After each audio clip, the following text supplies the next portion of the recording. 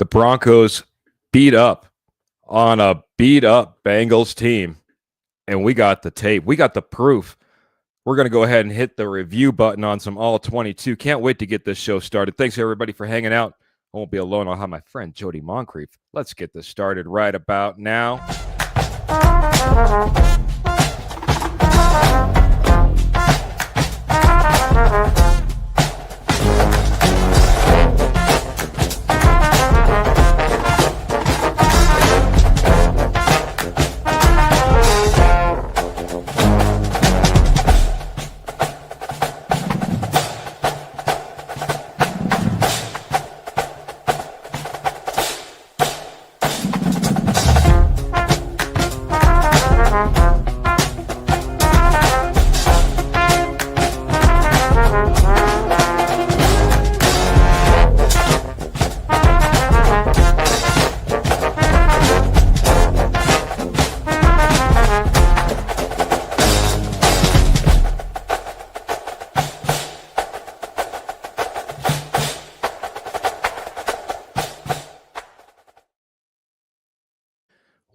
Welcome in, everybody. It's the Denver Bronco Roundup podcast. My name's Keith Brugman. I got my good friend, the judge. He's going to be making some rulings, Mr. Jody Moncrief, along for the ride this evening. We're brought to you by Rocky Mountain Sports Network. Of course, our sponsor is the amazing Morgan Trinkets.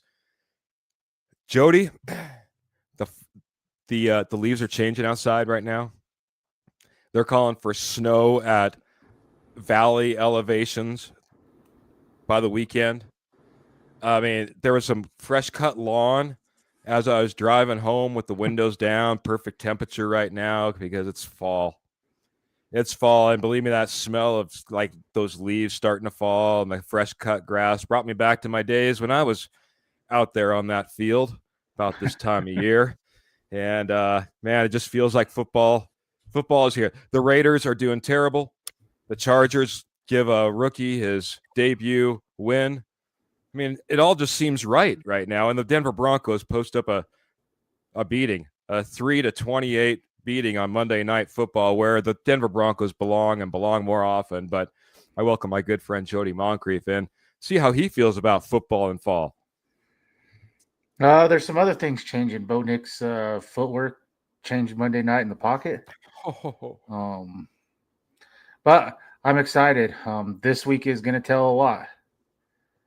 Are we a contender or are we a pretender? And I'm tired of hearing this 1-10 versus teams over 500 and whatever nonsense people want to throw out. I'm over that. So let's go put the champs down and show that you're for real, and people will forget about them 2 losses. Yeah. Let's just put it in the rearview mirror, like you said, man. It's amazing. This is fantastic. We're gonna hit, what got better, especially when it came to the offense in a 28-3 victory. I feel bad, man. I don't know about you all, but I have real jobs too, and wasn't able to get through all the footage I wanted. We got some first half footage. It's mainly queued up towards this offense and what we saw transpire in the first half. But it was a lot of good things and a lot of things that we know that continued on in the second half. I think I'm going to still go back and break down that second half and get some more footage, man, because this is too much fun, man. I don't know if we do have another podcast. If that's the case, man, I guess you'll have to hit your emergency button, like, share, subscribe to make sure that you don't miss it. Paul's coming in here, says, let's go get 3-2. We owe the Eagles a beatdown from the last time in Philly. Like it, buddy. And then he just comes in and says, Keith. And then he comes in and says, Jody. And then Pearl comes in and says, hello, all. And then Paul says hello to Pearl. And then Pearl says hello to Paul. And then Roy comes in here and says, good evening, Horseman. Let's go, Posse. You got Ernie Mays coming in, already putting up a prediction for the Eagles game. Broncos 17, Eagles 13. I got my good friend, my good friend, Mr. Patrick Wiltsey, coming in from Hawaii. I don't know if you notice a little bit of Lion coffee in the background. I decided to set that up. I'm also sipping it in the cup this evening as well, man. Toasted coconut. Thank you very much, Mr. Patrick Wiltsey. Check out Lion Coffee if you're a coffee lover as well. On any given Sunday. Roy, we want to get past those days of just hoping that on any given Sunday something can happen. I think that's what a lot of Cincinnati Bengal fans were kind of hoping, that they're on any given Monday night something could happen, because we were favored in this game from the very get, Jody. So, I know it was somewhat predicted, but I mean, this was also a pretty good performance, offense and defense. Let's talk about the defense a little bit. Like I said, I don't have a whole lot here, man, but they obviously, after that first drive, just hassled Jake Browning, and they did not get that running game going. What did you see on the defensive side of the ball that we're not going to be able to show here on tape here in just a minute? They were able to get pressure all night with not really blitzing very much. I mean, their front four was destroying the Eagles, the Bengals O line. Cooper and Benito were getting around whenever they wanted. So that's really where it starts, is you were able to get pressure and not have to bring the blitz. Yeah, you're right, man. They weren't bringing the house. They sometimes were showing that they were bringing the house. But I think VJ schemed it up really, really well. Even though, this is the one thing in retrospect, this is what happens when you go back and look at some tape, Jody. I know that it looked like that the Bengals marched down the field and then they, settled for 3 points, and we're all like, oh no, that's bad. What's happening? Is this Denver Broncos? If you watch that sequence, they got them down to 3 points at the very end. Some great throws, not everything's going to work in your favor. And quite honestly, it wasn't a bad sequence of plays for this defense, and they only got tighter after that. Well, really tight after that. So we mentioned it on the post game reaction, but they didn't get past the 50 after that first drive. Yeah. So that's how tight this defense got. I guess it also speaks a little bit to this offense, even when they weren't able to put points on the board, which they were slower in the second half. They played a little keep away, and they were able to flip the field position. And hey, that rookie punter's looking pretty good there. Yeah. Nothing to add, says Jody. No, he's from training camp when people were saying, when do we bring in competition? When do we bring in a replacement? All that chatter's died and is done and over with. Yeah. No, the offense did well. They were able to secure the ball in the second half, at least kind of flip the field, give Crawshaw the opportunity to pin him deep, and with our defense, get the ball back and not have to be worried about being pressed up against our own goal line or anything like that. It wasn't necessarily prettiest in the second half, but it's what gets the job done. That's what you need to do. I heard someone talking today. You don't win with your defense at the end of a game. You win with your offense. You got to be able to secure the ball. You got to be able to grind out the clock. You got to be able to flip the field. If you're relying on your defense in the last minute and a half to shut them down so that they don't, steal a win from your team, I think that's the wrong mindset in today's NFL. And I think that's spot on. You got to have an offense that can go out there, and even if they're not putting points on the board, they're grinding off time. They're pinning that other offense really deep with less time on the clock, less time to try to come back if they're down by more than 2 scores. That's the type of thing that you need. And I think we saw a little bit of that from this Denver Broncos team, even when they didn't put up only but 1 touchdown in the second half. Yeah, I've been over for a while. The defense getting the blame when you're up 7 and when and this is a little dramatic, but when it's 7-0 the whole game, and then you lose the game late, well, your offense has scored nothing, has done nothing to help you out. Why don't you make it a 2-score game and put the game away? Correct. There were multiple times in both the Colts game and the Chargers game. You go up 2 scores, it's over. The game's over. You win. And so I was glad to see us, especially right there at the end of the first half. Nix knew he messed up throwing that interception. I don't even really know that he messed up. He messed up in the fact that it ended up as an interception because of where Cincy got the ball. But and we'll break it down later. If you watch the play, there's no one open. There was really nowhere to go with it. So do you want what he did there, or do you want a Russell Wilson and just throw it out of the back of the end zone and not try? Yeah, zero opportunity. Yeah. But they get the ball and they were focused and they go right down the field, and it's 3rd and 2 and we're not throwing a little screen pass hoping to get it. We go right for the end zone, and that's what needs to happen more.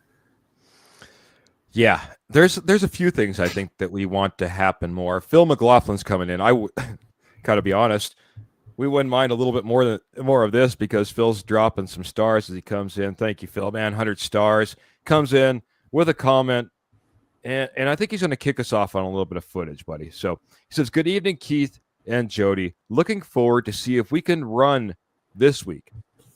Also, to see how our linebackers can handle their running game," which is interesting because we'll get into it more with Trevor, but Saquon Barkley, Trevor on Friday night as we break down the Eagles game. But Saquon Barkley has not gotten going, and I don't want to see him get going either.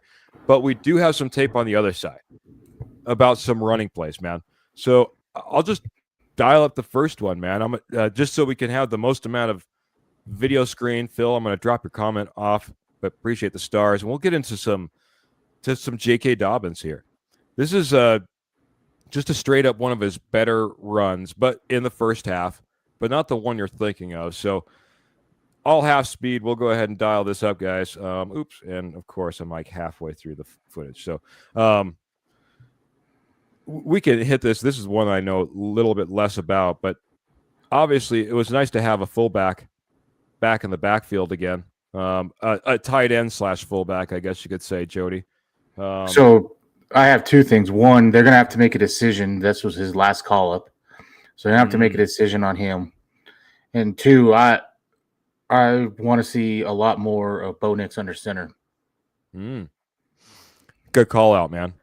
This was one thing that I didn't know I was the most concerned about in his rookie year, him under center. He didn't have a whole lot of practice or reps, you could even say, but he's done it really flawlessly. Anyway. And he's pretty comfortable under there. And if you watch his footwork, because he drops back and different stuff, it looks pretty good. It's not wonky or any of that thing. So this is what I saw in this, man. I mean, I understand, fullback leads, you typically follow the fullback, man, but that does not look like much of a pocket at this point in J.K. Dobbins. And if you go left, you're probably getting gobbled up. You go too far right, you're getting gobbled up. But it was kind of amazing the way he just, again, follows his blocks, ends up cutting all the way back across.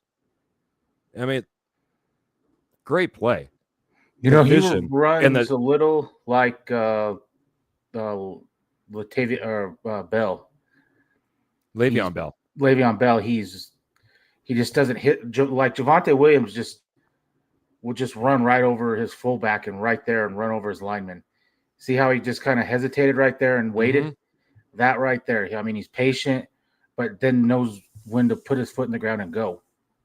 This is the infamous, he ran into the back of his offensive lineman, put his face mask in his back, if you guys were watching the Monday Night Football call out. So, but, I mean, just great vision. We were glad to see. I'll go ahead and I'll cue up the other one for us as well. This is the big Dobbins cutback that really started kicking it off, buddy. Big set here, a little bit of movement to start. Their defense is trying to adjust just a little bit pre-snap. But this cutback, when there is absolutely nothing, look at that wall that's right now, you're going up against as a running back. All three linebackers up tight. But if you watch this, everyone's on a man and they've got their man. True. There's no, I mean, yes, the linebackers are there, but you've got, what is that? 1, 2, 3, 4, 5. You got 8 in the box right there, 8 or 7 in the box right there. So, I mean, but everyone's right there. I mean, see, last year Javonte just tries to run over 55 and just take it outside for 1 or 2. Yeah, absolutely. Or tries to run over his own guy and just pull it inside. This, I mean, one guy. That one guy, if he gets past that one guy, right there, nobody else. Nobody and look else. down the field. Look at Sutton. He's down there blocking 23. I mean, he's 15 yards down the field blocking. It's what we've been waiting for, Jody. I only had a couple of cuts as far as the running game is concerned. Our good friend Phil, he wants to see if we can do this again in Philadelphia. We'll break that down. Like I said again, more on Friday, but got going for you, Jody. Got going what we wanted to see. We had J.K. Dobbins go off for 100. We had R.J. Harvey go for 50. Was that right? If I remember correctly. Yep. So just an overall 100 total yards. Yeah. 50 he was 58. 14 58 for 58. Yards. There you go. I knew he went 50 plus, I guess is the best way. Paul's loving it. He says, yes. He does a similar run, but the hole was shut down, so he went left. The hole, he says. So yeah. That's the one. That's the one. He's saying he liked that second clip. I think everyone liked that second clip as it happened live because it just epitomized maybe we have something different here. And maybe Sean Payton can see it now. And now maybe we can commit to it. And we did. We end up committing to it even more in the second half, even more in the fourth quarter, which is what you want to do. And you push both those guys into, record territory for the Broncos, first time in 38 games. And for R.J. Harvey, one of his better games for his career as he starts off young. So hats off. Great way to get the run game going. Hopefully we can continue that into Philadelphia, man. And you can run on Philly. I mean, like you said, we'll talk about it more Friday, but you can run on them. They lost some of their big-time backup defensive linemen. You can run on this team. So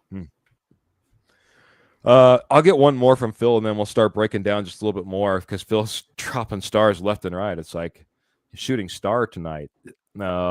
He says both the Colts and the Chargers almost beat the Eagles. And the Eagles have been a team that hasn't really impressed as they go undefeated. He says we should be able to stay or play them close. No penalties, no turnovers for us could be the difference. Also, is this the game we get Ingram involved? It's a great question. Jody, I don't know if you'll be around for Friday night. I'll let you answer that. Just off the top, we won't dive too much into the Eagles, but I'll let you answer that. Is this the game? Did you see enough as Ingram came back from being injured, out there playing, getting involved? Do you see enough that you think he's going to take the next step and take the next step statistically and go out there and perform in Philadelphia? Yeah, there were just some little timing things. He should have had a touchdown. Knicks just missed him late. But they tried to get him the ball. I think he still had 5 catches in the game. So they tried to get him the ball. So as he gets more work, and now that it sounds like Atkins might be out or he's in concussion protocol, so that's one. He's going to get more reps now. So I think as he gets more work in this, it's only going to get better. They're going to stretch these little 4 or 5 yard passes to 8, 9 yard passes, which will open up those 30-yard passes to Sutton and Mims and etc. And another reason I'm going to hold my answer, Phil, is because I'm going to go in. I'm going to look at some Philadelphia tape. I got to see what they're doing on defense. Their defense has probably been one of their bigger questions, as kind of the Philadelphia defense is not as good as they used to be, but still out there performing well enough. You got to worry about some guys on that side of the ball. Rodney Garcia says, comes in and says, "What's up and go Broncos?" And it's good to see you, Mr. Rodney Garcia, coming in over on YouTube. Lots of people in the posse. Thank you guys all for coming in and being a part of this experience this evening. I was just thinking about, man, I'll just leave it up to you, man. You knew what I put on the table as far as this all 22. Again, anybody that's joining a little bit later in this live broadcast, we got some all 22 film we're going to go over. Jody knows a little bit of the lineup. It's mainly offense. It's all in the first half. And it really kind of represents what the Broncos did, though, throughout the game, in my opinion. Jody, where do you want to go, my friend? Spin the wheel. You can kind of just start wherever. I'd leave those 2 plays before the interception just kind of towards the last, and I'll dive into those. But we can kind of start wherever and point out some good and bad. All right, man. Well, I'll start a little bit more on the defensive side of the ball then, man. I have one in here that's labeled Riley Moss, sticky coverage. Thank goodness a lot of press has come out about how much Riley Moss is being picked on and how much Riley Moss is stepping up and performing. He's one of the most targeted cornerbacks in the league. And he lets in the fewest amount of receptions for some of the fewest amount of yards on top of it.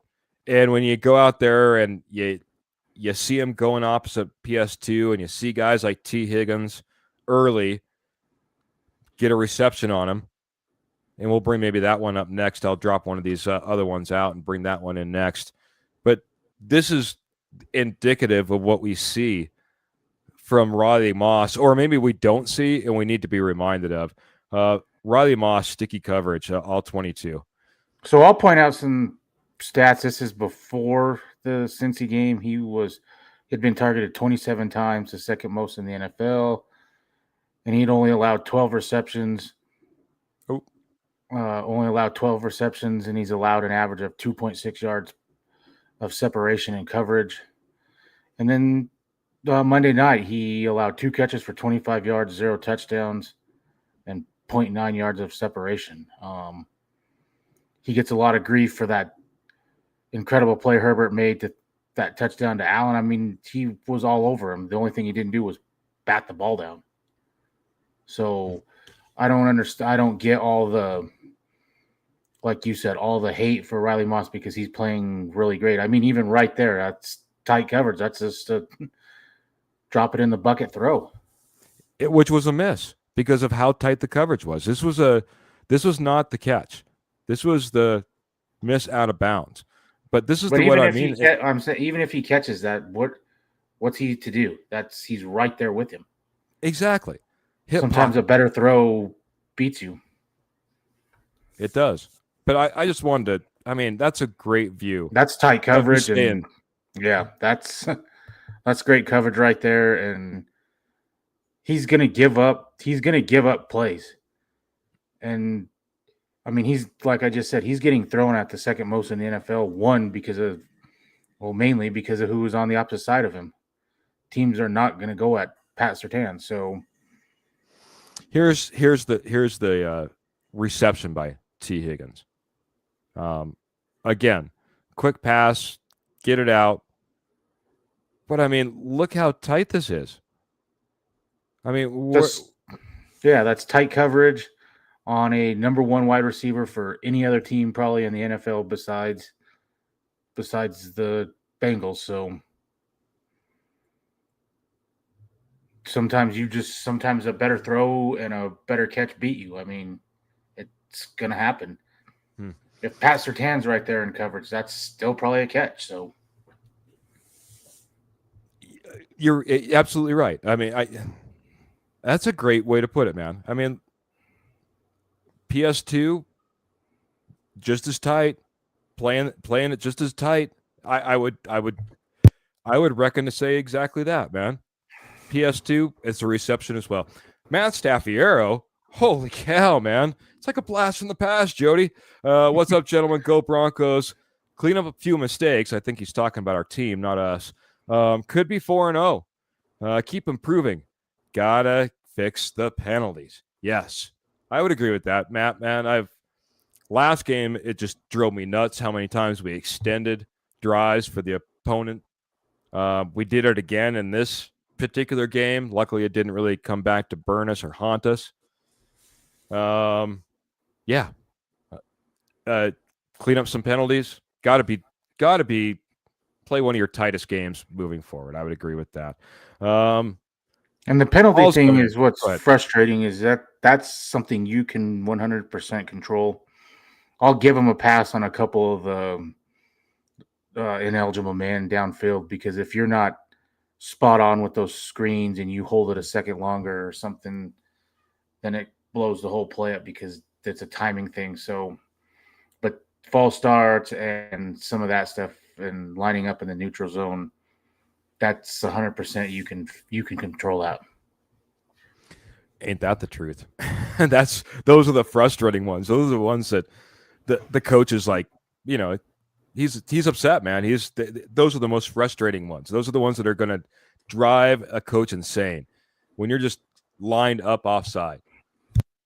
I felt bad because I heard someone talking about players having the yips, and I went back in my memory to the game I just absolutely demolished for my team because I had the yips. So it happens, but that can't happen on the pro level. New name, Stacy Elizabeth Kelly comes in over on Facebook. Good to see you. Says we move the ball a lot, but we need to put points up, not just move the chains.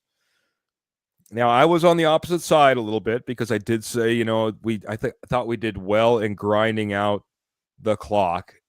Now, it was against a bad team, so you'd hope that you could just really put up points. That does kind of work a little bit more against the Eagles in order to grind out the clock if you're capable of doing that. But I think it's going to be a tougher opponent. And as you mentioned, Jody, and I think this kind of goes hand in hand, we need to be able to put on the accelerator when we have the opportunity in order to get that lead larger than just a single score. Hopefully, a couple touchdowns if we can, right? Like we did in this game, and put ourselves in the driver's seat. Kind of speaks to what Stacy's saying. And that's why I don't know. Someone said earlier they wish we would have taken the field goal. I was 100% in agreement on going for it on fourth down, get the kill shot. You're right down there. The play calling I didn't like, but put them away. Three is what gets you in trouble a lot of times because you get this small little lead and then the defense will bail us out. The defense will bail us out, and then when they're unable to a game here, a game there, then you're relying on your offense that's done nothing all game to go play Superman, and it hasn't worked. Yeah. Tough to flip the switch sometimes too, right? You've right. been kind of sitting on the bench for the most part. You're kind of cold, and honestly, you saw what happened when J.K. Dobbins got a few touches, one of which was called back. I actually clipped the highlight, and then I end up getting rid of it because it wasn't an actual play and didn't actually hit the stat board. But there was another about 10, 12-yard run that he ripped off that was just another way of him getting involved. It was 3 run plays in a row, 2 of which I just got done showing you. Phil McLaughlin dropping some stars. I'm going to drop a sponsor read here in just a second, but he says absolutely fantastic to have a 100-yard rusher, and I hope to see more of Mr. Pat Bryant. Before I hit that sponsor read, I don't know what you did for celebrating and getting when J.K. Dobbins went over 100 yards. You've been looking for that. We've hit that quite a bit, man. But what do you think about Pat Bryant getting a little bit more involved as we head off to Philadelphia and beyond? I love it because there were, I think, on the Marvin Mims touchdown, he was out there and threw the key block out there. So that's what he does. He can block, and he's really good at it. His catches will come. They're working, they're still trying to figure out what to do with Mims, and he's your joker. and they're trying to work Evan Ingram in where he fits in. So he may take a back seat for a little bit, but his catches will come. And when they figure out more of that probably 5 to 15 yard over the middle stuff, he's going to be big in that. So there you go, buddy. There you go. We'll go ahead, and when we come back from the sponsor read, we'll hit that Mims jet sweep and see that Pat Bryant block that you're talking about. But first, I want to talk to you about our amazing sponsor and, well, the most fantastic place to go if you're into Southwest jewelry, Southwest pottery, or estate gold wholesale prices. It's Morgan Trinkets, and Morgan Trinkets has been your headquarters for all of that for over 34 years. They were once a nationwide company. Now they hang out in your backyard if you're in the northern Colorado, southern Wyoming area. And they're touring, they're doing shows like gem shows and dog shows and anything that's happening out at your county fairgrounds. I would check it out because more than likely Morgan Trinkets is out there. But I've got a way that you don't have to worry about driving anywhere, and you can check out Morgan Trinkets today. Heck, you could even leave this show. Don't do that. No. Morgan Trinkets is available right over there on Etsy by typing in Morgan Trinkets Co. That's Morgan Trinkets Co. You'll see everything that Pearl has to offer, including the silver, the sterling silver, 100% sterling silver. All orders over $50 are shipped absolutely free. All major credit cards are accepted. Check out Morgan Trinkets. If Southwest Jewelry, Southwest Pottery, Estate Gold at wholesale prices, sterling silver, any of that sounds good, especially with, hate to say it, man, with fall in the air. It reminds me that, well, Christmas is around the corner. Get started early. Head on over to Morgan Trinkets Co. on Etsy today. I promised you we'd go ahead and we'll get back and we'd get that jet sweep. So I'm going to go ahead and cue that up, buddy. I thought about this being the first play when you're like, I don't know, man, wherever you want to go, man. Wherever you want to go to. I'm like, well, this is one that I like. I called to have written out of the playbook. Maybe we just needed, A, the right play call at the right time, and B, Pat Bryant blocking on the outside in order to spring this thing loose. But it was a thing of beauty to see Marvin Mims, well, celebrate at the very end. But first, he had to get around the corner and in for the touchdown. So, and this play right here is why I say he is the true joker of this team. I mean, he does everything: runs, pass, catches touchdowns. He does it all. So sure does. Sure does. You might call that out on our post-game reaction show, and I said, man, it's a heck of a call out right there, man. That's a heck of a call out because we're seeing a lot more from Marvin Mims. If you really want to say a joker, I mean, you never know where he's at or what he's doing. Right here, he's running the ball. He's not catching a pass. And two things. A, we're going to watch as Pat Bryant doing what Pat Bryant does. No block, no rock. Great block right there. Fantastic seal, right? Threw his shoulder right into him. Yep. Takes him out of the play completely. And then here, that's an angle you should be able to take out Marvin Mims. There is no reason that if you took the correct angle, you would think towards that goal line that you get him out at the half-yard line at the worst. But it doesn't work out that way. Marvin Mims able to turn the corner like the returner that he is and get it in for 7, man. That was, man, gets you excited, gets you going about what's possible for this Denver Broncos team. And as Jody called it, putting down his ruling, this is our joker until further discussion or further proof, I guess is the best way to put it, right? Yeah, because and I can see it. Sean, I think he has a hard time using Mims just because he's not a true every down wide receiver. He's not a running back, but he's a playmaker and he's explosive, and you have to get the ball in his hands and you got to find creative ways to get him the ball, and that's what he does. So that's why I call him the Joker, because of the amount of different things he does. Michael Ronquillo is trying to get first dibs, I believe. I'm not really sure who did it first, man, but maybe it's more apparent to Michael Ronquillo, to the judge himself, to Paul, who's saying 100% Jody. Sean's definition is a tight end or running back who can catch well. And it seems like we're using a wide receiver who obviously can catch well as kind of the running back. So why not joker it out in a completely different way? Rodney Garcia coming in and says, great, blocked by Bryant. And Paul Schaefer says, no more drops. The playmaker, Mims, nicknames, says Paul Schaefer. Okay, we're not going to get off on too many nicknames right now. A little bit of criticisms. I don't think we came out 100%. We weren't crisp all the time. Got this one dialed up. This is the miss to Evan Ingram. And I know this is one, as we went post-game reaction, that you weren't all too happy about. I don't know if you've even seen this one, buddy. But this is the one where we're going to take this bootleg. We're going to be rolling off to the left. Ingram is out there in the flat. And they called it out in the broadcast as well. He needs to throw this earlier. If he does throw it earlier, A, Ingram doesn't end with an incomplete pass, and B, he might have an opportunity as a touchdown. I guess we'll be able to see it a little bit here in the half speed as you can see him now. He needs to be throwing the ball now.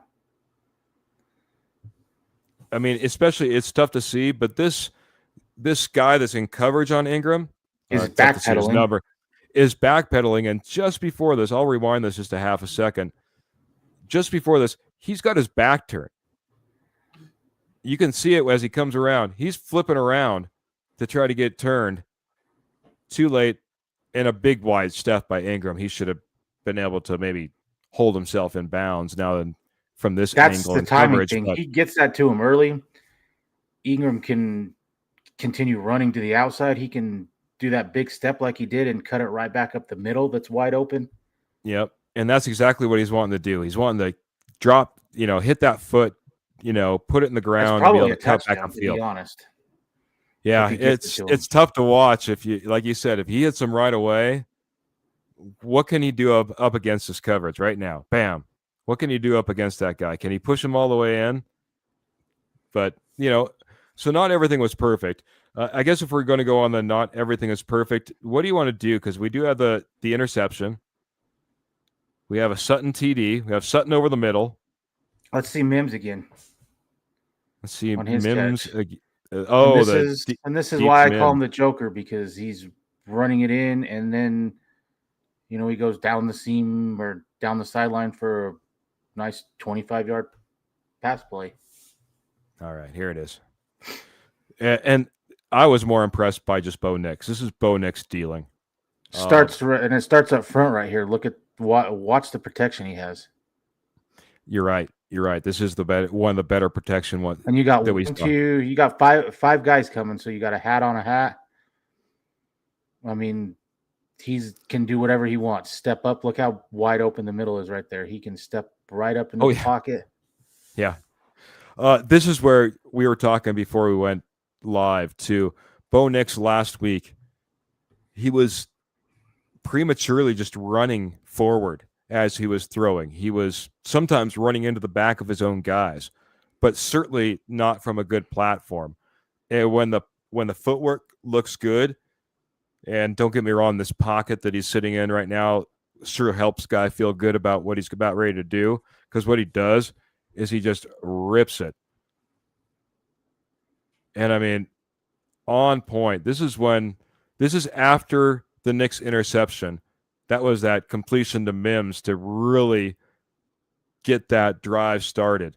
Again, great protection up front. Gotta give hats off to this offensive line, because they have been doing this more and more and more throughout the season. But like you said, hat on a hat, looking great, and then just that footwork and that rip. I mean, that got there in a hurry, the guys and gals. That's half speed right there. So I'll go ahead and I'll drop that one out, man. Where do you want to go next, buddy? We can go to the two plays that I thought were bad play calls. All right.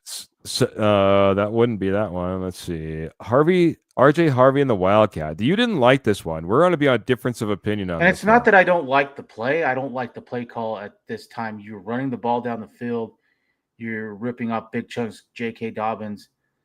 Just run. You don't have to cue. Run the ball up the middle and get 6 right there. Just kind of rewind, and Rodney's in here saying good pass protection by that O-line. Like that. All right. I like the call just because you do have so many options. You had the guys scrambling. I thought there was an opportunity to cut up right before that. I'm just going to back it up just a little bit.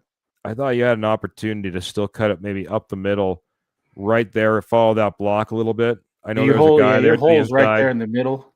Yeah. And they called it out a few times in the broadcast, and he's working on it and he's getting better, but he still wants to bounce it outside and try to outrun everyone. Yeah. Where if he just You cuts that right there, he probably can just lower his shoulder and get the touchdown right there. You cut it right off of where our offensive line is holding a guy, probably Right right behind there on the inside. 74, right there. If he goes Yep. right behind, he can And right there. then takes on that linebacker that's got an arm extended on him right there at the goal line. Yep. Yeah, there's an opportunity there, but by the time you bounce it outside, now that guy and that guy have an opportunity to maybe catch up with you. So Now I'll give 23 credit. He was getting blocked and he shed the block of a lineman and made a heck of a play. I mean, that was a heck of a play right there. So, all right. but Well, here's like I said, I Nick's. don't like the play called just because. Just put your fullback in there and just run it up the middle and get 6. Yeah, Rodney saying cut it in right there. Punch it in with Dobbins, says Rodney Garcia. I agree with that. He says that Marvin Mims is the Broncos' versions of Darren Sproles. Holy cow! Yeah, that's a different call out. I'll have to go back and see if that lines with my thought process, Michael Ronquillo. I don't necessarily put those two together, but I kind of get where you're coming from there. Feed the two-headed monster, says Paul Schaefer. The Bo Nix interception, man, was a heartbreaker, man. I understand where you're coming from before we get this started. That feed it in there. Don't throw it away. Don't be a Russell Wilson and throw away the opportunity. Now I will say, if he throws it away here, at least, I mean, they're getting the ball at whatever he snapped it from, the 2, the 1. Mm-hmm. So, or Russ throwing it away as you're down 3 scores at the end of the game, made no sense. But the play call, if you just pause it right there, who's open? Where are you going with the ball? I mean, he'd have been better just to try to run right there. Yeah. Dangerous post route. If you're going to try to take that guy that's cutting back over towards the middle. And then once you look at the guys in coverage. Right. And he's going to be throwing across his body unless he just does a hard plant and just throws it. I mean, he's throwing across his body. If he makes through traffic. That throw to this receiver in the back there. And this is nothing what he else is open. This is Ingram. You can see his hands out. He's running towards that back corner. Looks like his best opportunity. Not looking too bad. It's the fantastic play by Demetrius Knight coming off his guy at the goal line and batting this ball and catching it. I mean Ingram does come open late back there, or who is it? That Franco? It is who's Ingram. 11 is Ingram. It's Ingram at the back line. I mean, it's just a heck of a play, really. I mean, he's fully elevated off the ground at that point. It's a heck of a play. I mean, plays happen. In retrospect, when that happened, I was a lot more upset. When I end up watching this play and what's open in the lane and just that guy coming off perfectly. I mean, I'm not really sure what other options there was. Try to run it in. That's it. Yeah. Really. I mean, you would have to done it pretty early. Like now, commit. He needs to go right there as, I don't know if that's Troutman but 82. So right there, you need to commit before he tries to go out into the route more so he can block, or it's done. Yeah, I just have zero regrets on it. I think it So was I don't just a really good hate the good hire. throw or anything. I just hate the play call. When you're down there at the 1 and you've proven you can run the football four times right up the middle, and if you can't score, hats off to Cincinnati, but you should be able to move the ball the way you're running it and get 1 yard.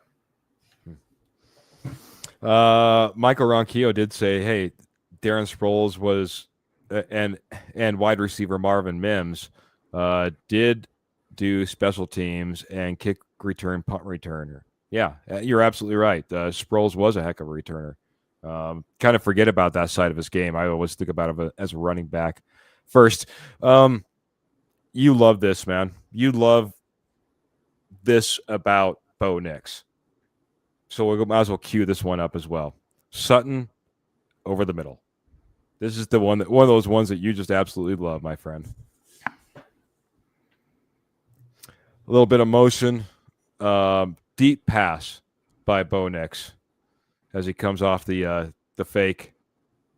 Look at the pocket. That's as clean as you're going to get, and that's there's no one even close to around him. That's where it starts, right there with the pocket. Good call. Dropping back in zone, but I mean, talk about threading the needle. He doesn't have a guy 5 yards even close to him. And I told you before we started the show, I think that throw right there and those throws up the seam and stuff, Bo Nix throws that the best of any quarterback in the NFL. That throw right there. That's what I was saying. This is what you love, buddy. This is, this is what he does the best. Like you said, that those again. I'll even go back to this one right here. Mims deep. Because I'll take 4 or 5 of these a game over one bomb like to Marvin Mims in Cincy last year. I'll take these all day over that. Because this is a chunk play. What is that? That's a 35-yard pass right there on a rope. So, I mean, I'll take those all day over, Russell Wilson throwing moon balls and you may connect on 1 or 2. Yeah. Very true.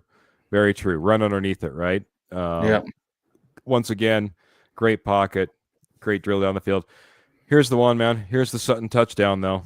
We'll go ahead and cue this guy up. This was – I want to point out something here in a second. And I know you – I'll go back to it again. The pocket again. He's got a clean pocket. For people that are saying, oh, we need to address this O-line and do different things, they may address it money-wise because Powers is making a lot of money and you got other guys you have to pay. But this O-line is playing incredible right there. You can't block that any better. Rodney's saying, yeah, those tight windows too. Absolutely, man. I'm gonna this for me, the thing that gets me, guys, gals, is this is half speed. That's why it looks a little bit slower. If it was this easy to play football, we'd all be out there. But look how just quick. I don't want to hear about Bo Nix's arm strength anymore. This footage alone, first half of Monday Night Football versus the Cincinnati Bengals, where we whipped up 28-3. Look how quick this ball gets there. That's the release. And if you start that again, watch Nix. He's looking to the left. He knows where he's going with this ball. But look, he's to the left, and then the little hop and right further. You can see he's looking over to the left here. And then as soon as he hops right there, he knows where he's going with it. Half speed, buddy. Half speed gets there. And the connection that him and Sutton have is incredible for you to throw that ball and know in that tight window and know Sutton is going to go up there and make that catch. This was the highlight of highlights for me, I think, as I would look through this first half offensive, That's his all best, in my 22. opinion. That's his best throw of the season so far. Look how he gets his feet set. He's not Looks bouncing off the around. coverage. He shoved just right. Everything's on time. And when he throws like that, he's an accurate quarterback. I mean, he was 70% in college. He was 66 last year. He had 4 drops this game, or he'd been in the 70 comp this game. So I mean, when he settles his feet and that type of thing right there, that's what we like to see. That's what we like to see. Man, these Wednesday podcasts, man, been fantastic, man. It's really opened my eyes. It's great to break down the coverage with you. I like how you're always pointing out. It's like, well, hey, yeah, but look at this. Look at this coverage, or look at this, this pocket that Bo Nix is in. It's great breaking down different things, taking your ideas, taking my ideas, taking the posse's ideas as well, and bringing them along on a Wednesday night, man. Great night of film, buddy. I know that we only got through first half, like I said, and I keep saying that did carry through to the second half, and that's why we walked away with this 28-3 victory. But anything else before we get out of here, man, on this review on this 28-3? I want to get your thoughts on this. How valuable is this win versus a Bengals team that's reeling without Joe Burrow and with, Chase over there in his coach's ear, and even some missed opportunities that we saw out there as well for them? It's valuable because it got you confidence from the last 2 weeks of how you finished the game. It was valuable because it was game reps for Bo Nix when he got settled. Was he settled every play? No, he wasn't, but it was much better from weeks 1 through 3. And when he's like that, he can make any NFL throw. So it's valuable for that. It's valuable because you got the run game going. And it's valuable because now we don't have to hear when are we going to get a 100-yard rusher, because we got that. It's done and over with. And now they already knew, but now teams know we can run the football, and it's something that we're going to take serious. Sean Payton, whether he still doesn't want, he has no choice but to run the football now because of what it's setting up. It opens the middle up and does a whole bunch of different things. And like we pointed out, little misses like that to Evan Ingram, those are going to connect, and 28 is now 35, and that type of thing. So it's valuable. I will add, it just goes to show you Joe Burrows might be the best quarterback in the NFL for this, for this team to be straight trash Monday night, and people are saying they're a Super Bowl contender with a quarterback, with one player, what one player can do.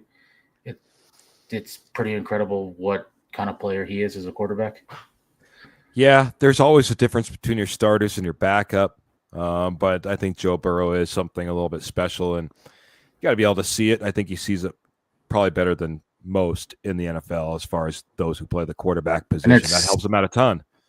It's sad to watch, someone as good as that play behind that crappy O-line and just constantly, I mean, when they threw the graphic up, the amount of injuries he's had, and not really even try to address it. I mean, they've tried, but not really get serious with it. The amount of big dollars you're paying 2 wide receivers that. Yeah, there you go. There you go. Look at Denver. They're paying something big, but you're not paying all these other big wide receivers who are making plays. Joe Burrows can throw wide receivers open. So, yep, not a Cincinnati Bengals podcast, but we'll digress out of that a little bit. It is sad to see because, like you said, Joe Burrow, he's a great quarterback. You see some great talent on that side of the ball that isn't able to be utilized. And in this game, at least, we'll celebrate it. 28-3 victory. It got us on the right side. I think you're absolutely right, Jody. We got some things going that we need to get going. We got the running game going. Love to see that. I saw probably the biggest flip in a week as far as quarterback footwork for the Denver Broncos that I can ever recall, quite honestly, because he looked terrible last week. And what the film we just got done watching this evening, fantastic footwork. I mean, wasn't always there. There was we didn't put in all the bad clips or anything like that, but there were few and far between. I can tell you that. So what he did with his footwork, fantastic, and it showed in the way he's able to deliver the ball, whether it be to Marvin Mims or Cortland Sutton or whomever down the field. There was a fantastic delivery to Tyler Bidet. They kept the drive going that we didn't have time to show a clip of. This is the thing, man. Momentum like this can carry forward and does put the I can do it in the minds of the offensive line, the running back, the wide receiver, the quarterback, the coach, whatever it happens to be. We go live Wednesday like this, breaking down film of the prior game. We go live again on Friday, 7 p.m. Mountain Standard Time. Both of these are at 7 p.m. Mountain Standard Time. But again on Friday, we'll be breaking down that Philadelphia Eagles matchup. We also have the post-game reaction show right after the game. Need to jump in on that. That's always a fun one. Typically our number one viewed show. So a lot of people in there chatting and talking. It's a lot of good fun. And then don't forget about the morning juice. Me and Kenny Kirkpatrick will be back on Monday, 7 a.m. Mountain Standard Time, going all around the NFL. Jody, are you going to be with us Friday? If not, I need to know. I think I will be. Hoo-hoo. All right, man. As you were listing off everything, don't forget Sunday is an 11 o'clock East kickoff Mountain Time, so 1 o'clock Eastern. So, I mean, they got the ultimate short straw of the shortest of weeks you could get, but yeah, that Monday night to early Sunday swing. I guess at least we're not playing Thursday night football. But hey, I think they did that. One team did that last year, I think, if I remember correctly. Anyway, I digress. We'll be talking about the Philadelphia Eagles. We'll have Jody, it sounds like, on for the podcast. We'll break that all down on Friday, 7 p.m. Mountain Standard Time. Jody, final thought. Anything that before I get out of here, buddy?